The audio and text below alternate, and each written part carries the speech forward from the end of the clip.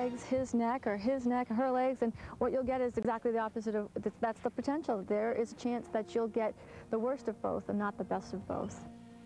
The outcome is uncertain and it's expensive.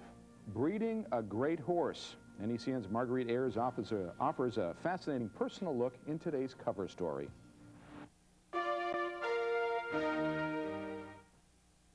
NECN's Marguerite Ayers chronicles the trials and tribulations of breeding horses.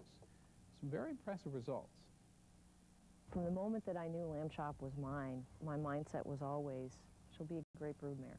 One of these days I need to take her to a really fantastic stallion, and it's been 10 years of thinking about this. I think the first thing when you're picking a stallion is you see one and you say, I want that in my barn. And that's the first thing. You know, I bred this mare, and you know, she's like one of my children. You know, she's my buddy, and I felt a huge sense of responsibility to be there for her. They're very hungry. You know, every second that I spend with these horses, especially my foal and my mare, is sort of building on the relationship that began, you know, when my mare was born and now when this foal's born. And that to me is the neat thing about having a foal and starting from the very beginning, is that trust relationship and that friendship starts from the very beginning. A Labor of Love is tonight's cover story on the news at 9. We hope you join us for that. Thank you for joining us this half hour. Now, tonight's cover story on NECN. Sometimes reporters find great stories in their own backyards.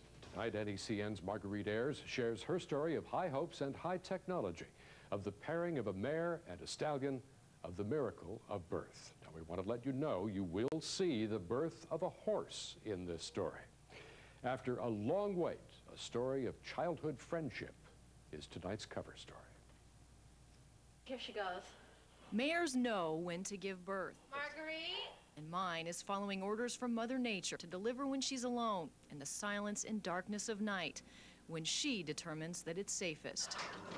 Her due date was 3 days ago, and the foal is getting ready, kicking to move into position to be born. I'd like to see some action at this point. I'm giving Lamb Chop complete privacy, anxiously watching every pace, listening and waiting. This new foal is a special link to my childhood. This baby horse is the grandchild of Peaches, who came wrapped as my 9th birthday present.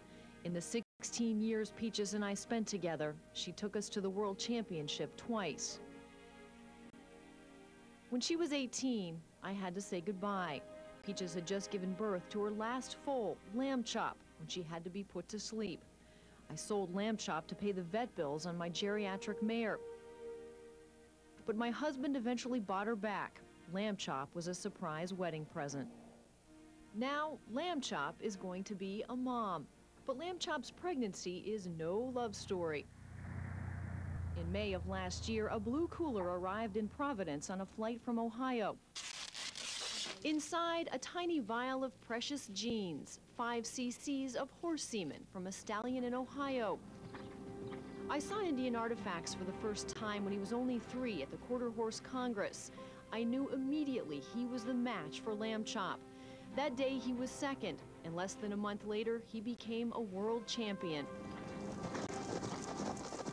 These days, Indian Artifacts is his own empire. His doting owner has turned down a multi-million-dollar offer to sell. He's bred to more than 200 mares a year at a price tag of several $1,000s each. Most mares, like mine, never have the pleasure of falling in love with him over the fence. Good. Instead, his semen is collected, cooled, and sent for insemination. Marguerite, can you pull on her tail? Yep. On the... Just pulling this. Yeah, just to keep it away from me. You can release her tail. There. The boys are released. This is a deliberate pairing of genes. I chose Indian Artifacts for his height and movement that approaches perfection. What does my mare bring to this equation? Her impatient intelligence, her own impressive show record, and the genes of her mother. But horses taught me early in life that there are no guarantees. because you'll want her legs, his neck, or his neck, her legs, and what you'll get is exactly the opposite of, that's the potential. There is a chance that you'll get the worst of both and not the best of both. If the breeding produces a foal. Easy, Lamb Chop. You're a good girl. 2 weeks later, Dr. Carmel is back with her ultrasound machine. Huh. She's pregnant. I knew it. 339 days later, following a textbook pregnancy, Lamb Chop is in labor. But something isn't right. Good girl, sweetie. I see 2 tiny hooves and a muzzle. The foal is in the right position, but Lamb Chop's powerful contractions aren't moving this foal from the womb. The foal's right leg is caught, and there's no time to call a vet. Come on, sweetie, push. Come on, push. Push. Oh, good girl. Good girl. Good girl. Oh, shoulders. Good girl. Hi, sweetie. Hi. Come on, breathe for me. There. Hi.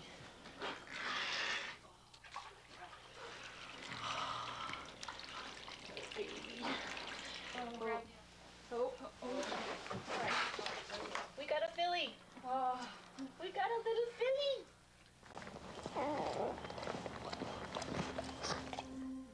Very hungry.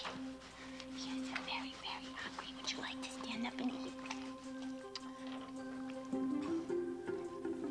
She's been on this earth for 6 minutes. This wet bundle of legs and ribs is determined to straighten her wobbly knees and get to her feet. Her survival depends on it. She can do this on her own, but to prevent a dangerous fall, I help her to her feet. Good. Good girl. Does that qualify as a first step? I direct those first steps to Mom's milk supply and the precious colostrum her foal must ingest in the next few hours. Without this, her filly cannot survive. A mare's teats are not very easy to find. They're small and nearly hidden under her flanks. So we show the filly where her first meal is waiting. She's enticed with a few drops on her lips, but can't figure out how to reach. It's the secret spot right there. Finally, she latches onto her lifeline. There it is. There. It is a gift to share in something that Mother Nature intended to be private. She's marked just like Lammy. To be the first human this filly will ever meet, and to hear that first breath. I was there when my mare needed me, and now a chestnut filly is standing at her side.